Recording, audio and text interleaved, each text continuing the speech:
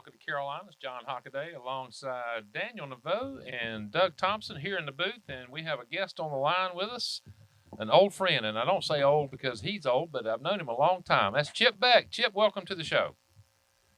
John, I couldn't be happier. I'm glad you're doing well, and it sounds like you're going to be perfect for running this show, being involved with radio. Well, we are excited that you're here and looking forward to talking some golf tonight. How you been? Oh, thank you. I couldn't be better.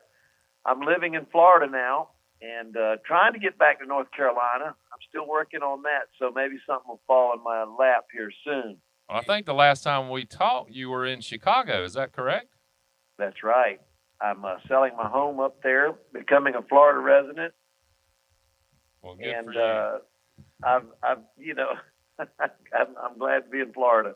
That's a good The read. weather today was so good. It was like no humidity. I couldn't believe how good the weather. I said, gosh, it's the middle of May down here. And it was just a perfect golf weather, I thought. Well, I thought about you last week, right after we finished the show. We were talking about the PGA and getting ready, and Kiowa was mentioned. And I said, I got to call Chip and see if we can talk about Kiowa Island tonight, the golf course. I don't know if you've seen any of the pictures. This place looks absolutely beautiful coming up for this week. Well, I understand that the Paspalum is the best in the world. So that's the part that is so challenging for like my generation. I mean, Roy McIlroy won there not too long ago, 2012 or something like that on Paspalum. Yep. Mm-hmm. And they say that the greens were just as true and as pure as they've ever been on tour. So, when I played there, I'd be putting away from the ocean and I'd be knocking it off the green. Wow. I couldn't get used to the no green, So it's an adjustment. We can't wait to discuss the 17th hole and what you guys are going through. In a Ryder Cup. Yeah.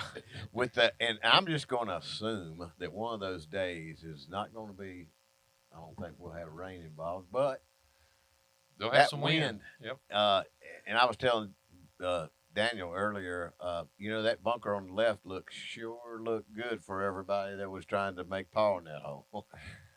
I bet. I have never played a hole as hard as that hole when we played it. I mean, I don't know what it was that week when we played at 91, but the intensity and the density of the rain and the wind. I mean, if you cut it a foot, it was going 30 yards right. Right. That's why Calcavecchia couldn't finish the golf course. Yeah. That was a hard golf course for a guy that couldn't hook it. He took it. He took it on the chin too. He took it hard. It was such a hard golf course. I mean, you remember Hale Irwin? Oh yeah. I remember when Dave Stockton said, "And Hale, we want you to bring the ship home," and meaning that we wanted you to finish this thing off for us. And I'm thinking, wow, this golf course is probably the hardest golf course for a fader of the ball to play in the world. I mean, I could hood the face and hit a hook, but I never saw Hale Irwin hit any kind of hook at all. So he knew he had to get up, on Langer that last day. And the fascinating thing was Langer hit 4 iron into that green, and Hale Irwin hit 3 wood. So everybody on both teams could hit it farther than Hale Irwin. He was in his 40s, and at that time the technology hadn't really come into play. So he was at a huge disadvantage. And that's when I really gained a lot of respect for Hale Irwin, because he said, I considered an honor to bring this ship home. I thought, man, this guy is rock solid, because I would be scared to death if I were him, because I knew that was a hard finish for him. Yeah, I'd have had to say something too. like, I'd have said, are you sure about that? Chip, I was a big fan of yours when I was younger. I actually bought myself a Sea Island visor just to try to look like you back in the days. But let's talk about length. You touched on length, and I understand that you may have a thing or two to say about today's equipment and length off the tee and the ball. And what's your take on today's game changing so much to that? Well, I think the biggest problem that we had is just first personally, I think it's the spring in the face. And with these, I mean, the irons today, the ball goes higher and farther. I mean, like even the last change I made a year ago, I go from an Epic Pro to a Rogue iron. I swing the 7-iron at 84 miles an hour, and the ball goes 159 with the Epic Pro, right? And then when you go to the Rogue, I swing it at the 7-iron at 84 miles an hour, and it's going 176. But the good thing about it, it's going higher with more spin. So you can actually play it. Whereas in the past, they would just take a 6-iron and really put 5-iron loft on it. But now the perimeter weighting and all the technologies really helped. So, for instance, back when we're playing in the mid '80s with the best probably 1-iron that ever came out was that Ping 1-iron. Yep. If my 1-iron were set, it was the I2. If it were set at 19 degrees, I couldn't get it off the ground. I couldn't play at the British Open. It had to be 20 degrees for it to function for me. But now your 3-iron is 19 degrees. It's a little bit longer than we played our 1-irons, and the perimeter weighted, the ball goes straight in the air. I mean, the technology has really helped, but I think the spring in the face is really a problem. And then also the golf ball is just so good. I mean, the golf ball definitely goes straight. So it's fascinating, isn't it, that it can make that big a difference? But I think it's a shame that every course isn't like Hilton Head or somewhere, Sea Palms and those Sea Island golf course, because Davis Love would have to hit an iron off the tee, and I'd hit driver 265, 275 off the tee. But it kept him back, and it kept me in the game. And he still had an advantage because he had so much length going into the par fives. But I was in the game. But now the guys hit it so far that I'm playing Augusta with Dustin Johnson. I'd have to give him 7 shots, because the fifth hole's 500 and some odd yards long. It's just the distance is such a factor. Would reducing the size of the greens be maybe some sort of an idea to look into versus changing the technology or retrofitting the technology to what it was in the past, to make, if you reduce the size of the green, then you got to be more precise. I don't know. Maybe the short game become more into play. You were a great wedge player, so you would know a thing or two about getting up and down and wedging it from 50 yards, 60 yards, 100 yards. What do you think about that? Well, it's funny, because I've seen J.B. Holmes hit it 325 off the tee and have a 110-yard wedge and hook it off the back of the green. But I believe it or not, after the tournament at Crooked Stick, I called Pete Dye because I'd seen him that week. I said, Pete, what are you doing to keep the game? I said, man, I had no chance on that golf course. He said, Chip, you won't believe what happened. We were actually starting at 255 and putting stoppers in the fairway and breaking the ball all the way to 300 yards. We never dreamed somebody would come along and fly all our stoppage. He said it took us by surprise. He said, but the only way to stop all this is to actually make the greens smaller and make those long hitters stay back a little bit so that they'll have to take a little more higher club, more spin to keep the ball on the green. So the closer you get, the harder it is to keep it on that green. That's what Pete Dye said. He might be right.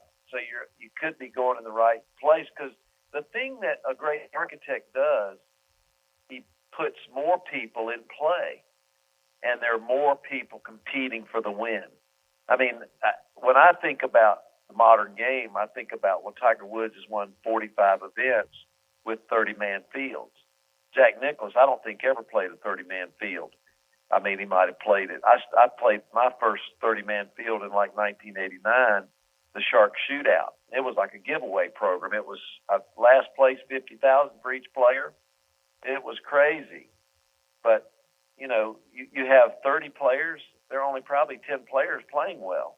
Mm-hmm. And it's the easiest tournament in the world to win when there are only a few people in front of you. But in our day, we might have 20 people within 4 shots, 5 shots of the lead. Man, you have to play great to win those tournaments. So you think of Sam Snead and Jack Nicklaus winning all those tournaments. I'm not taking anything from Tiger, but I'm telling you, they had to beat every man in the field. Because even in my day, if you hit the ball, 255 in the middle of the fairway, you could win a U.S. Open. And I almost won 2 of them. And that's worth a lot. I always regret that they're taking a Corey Pavin out of the game. That guy, I'd step up on the tee with Corey Pavin. I think, man, I'm going to beat this guy every which way he turns. And he'll beat you every way he turns. He was so good. The Bulldog. I'm not kidding you. Little That guy Bulldog. was awesome. He could putt the eyes out of it. And he was fearless. And I'll tell you what, you play with Corey Pavin, you respect him because he could beat you. He was great. But that type players, that you don't see that very often anymore, Yeah. You think about Corey Pavin, also Scott Simpson comes to mind, of a guy that used to compete in a lot of U.S. Opens, but would his game fit the Opens now? That's a great question. Yeah, I mean, oh, gosh. Curtis Strange is a good It's example. it's just like Augusta. If you're my size, you got to be hitting hooks if you're playing right-handed. Yep. Like we're hitting fades. That worked perfect for him as a left-hander. Well, But, having seen Kiowa, and I know it's been a while since you have, and of course I know you keep up with the tour and what's going on I these played days. it last year. What are you Oh, talking did you? about? Okay. I loved Kiowa. Yeah, I loved it. It was phenomenal. Even the day we played, the wind was blowing. I think of Alice Dye. Because they were saying that they had to elevate. She wanted everybody on the finish to see the ocean on every hole. So they raised every hole like 4 feet. Huh. And, man, the wind just affects the golf ball there. Uh-huh. And I think about what a great course it is. I think that's one of the reasons I played so well when I shot 59 is the greens, it was so windy and the ball would roll and it'd roll off the edge. It was hard to get the ball close to the hole. And so, therefore, you had a lot of 30-footers all week. And Pete Dye loved to make those balls break 2 and 3 different ways. It was hard to make a putt, especially with the wind. And when the day I shot 59, I hit my drive in the right rough, batted my 7-iron on the front of the green, and I had this up putt. It looked, when I hit it, I said, gosh, that's right in the middle of the cup. It kept going. Gosh, it's going in 10 feet from the hole. It looks like it went right in the middle of the cup. The hole looked like it was a waste basket. I couldn't believe it. But I had made a putt in so long, and it was because Kiowa was so tough. Yeah. Well, who are your picks for this week? Who do you like? That's a good question. I would love to see like a DeChambeau come through and be able to play at all that wind, and a Jordan Spieth, but their style of play is just not as accurate as it needs to be. And when a long hitter would go into like a Beth Page or somewhere, they have to have their game, and so the hand rollers, I don't think play that well. They can't command their game like a Jack Nicklaus could, or some of the players that are more traditional, like a Rory McIlroy. Or it's too bad Jason Day's having all his trouble. I don't know. It's unfortunate, but Yeah, he's a great ball striker. he was very good. So I think it's going to take a complete game to really play well there. It'd be nice to see some boy from South Carolina come up in there and do well, whoever that might be, So That's great. That's a great idea. Kisner. Yeah, Kevin Kisner would be one. Yeah, he'd be. Of course, Harold Varner's from the Carolinas. That's another one that we're looking at this week. And as he's a well. good ball striker. Yeah, he can. I like that Kisner too. I like his game. He's a good Georgia boy too. Yep, Yeah. no question. He No seems question. pretty. He's coming back. He's having a pretty good year. Well, Chip, I can't let you go before I ask you what's ahead as far as you playing. Are you still playing some competitive? I look forward to going overseas and playing with some groups. I'm going to be playing with groups going from New York and all over this country. We're going to go to Scotland, and Ireland and Portugal and France, and we're going to Italy to watch the Ryder Cup in 2 years. That's what I'm looking forward to. There you So go. I'm looking for all this COVID to pass and everybody get on those. Like I had the best time of my life when I went to the Ryder Cup in Paris, and I got on a cruise line going down the Seine River, and I went to Normandy. That was a treat of a lifetime. I have been there. So the bus holidays are over for me. I'm going to be entertaining and having fun playing golf now. There you go. Well, listen, the next time you're in the Carolinas, let us know. We'd love to have some fun as well. Absolutely. And I tell you, John, you got a tough game going with, when you're a Duke grad and you got to fight all those Carolina State fans up there. Oh, I know it. It's tough.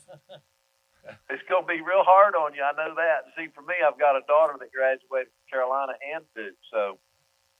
And you went to Georgia, keep right? in the middle of the road. Yeah, you were down in Georgia. You went to Georgia? I went to Georgia. Yeah. But I was always a Carolina fan, believe it or not. My dad went there. Okay. And that particular year that I was graduating, they cut the 6-man team to 3 scholarships, and they were trying to get 6 guys on half scholarships. And I told my dad, I said, "Gosh, Dad, I guess it made it easy. Yep. I'll go to Georgia." I had a full grant and aid to Georgia, and that was the last full grant and aid that was ever given at Georgia. Wow. So isn't that crazy? That is. It's been a So been now a while. it's all partials. It's all partials and hope scholarships and all that. Chip, But I'm excited for your radio show, and thanks for having me. Chip, one last question. Did you know our past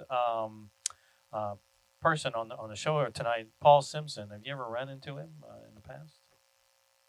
Paul Stimson? Simpson. Paul Simpson.